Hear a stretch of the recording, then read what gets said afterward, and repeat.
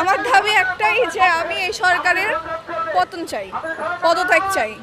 আমি তো নিরাপদ না, আমি আমি আমি নিজেও নিরাপদ কিনা আমি জানি না, আজকের পর আমার কি হবে সেটাও আমি জানি না। কারণ হচ্ছে আমরা যে বিচারই চাই না কেন, কোনো বিচারই সঠিকভাবে আসলে আমরা পাবো না। এই যে 9 দফা দাবি স্টুডেন্টরা দিয়েছে, এই 9 দফা দাবি সরকারের পক্ষে মানা কোনোভাবেই সম্ভব না, তারা কখনো মানবেও না। যদি বলেও যে মানবে, তাহলে সঠিক বিচারভাবে কখনোই মানবে না। তো একটাই ভালো হবে যে সরকার পদত্যাগ করুক, আমি এটাই চাই। দেশ কি আসলে স্বাধীন? আমার তো মনে হয় না স্বাধীন। আমরা কোনো স্বাধীন নাগরিক না। আমরা এখনো, আমার মনে হয় যে 1971 সালে যে দেশ স্বাধীন হয়েছে সেটা শুধু শেখ পরিবারের জন্য, আমাদের জন্য না। যদি আমরা স্বাধীন হতাম আসলেই, তাহলে আমরা আমাদের বাক স্বাধীনতা পেতাম। আমাদের কথা বলতে গেলে ভয় পেতে হয়, আমাদের নিজেদের ন্যায্য দাবি আদায় করতে গেলে ভয় পেতে হয়, এভাবে গণহত্যা হতে হয়, আমাদের সবাইকে মরতে হয়, রাস্তাঘাটে আমাদের ভাই বোনদের মরতে হয়। দেশ তাহলে কোথায় স্বাধীন?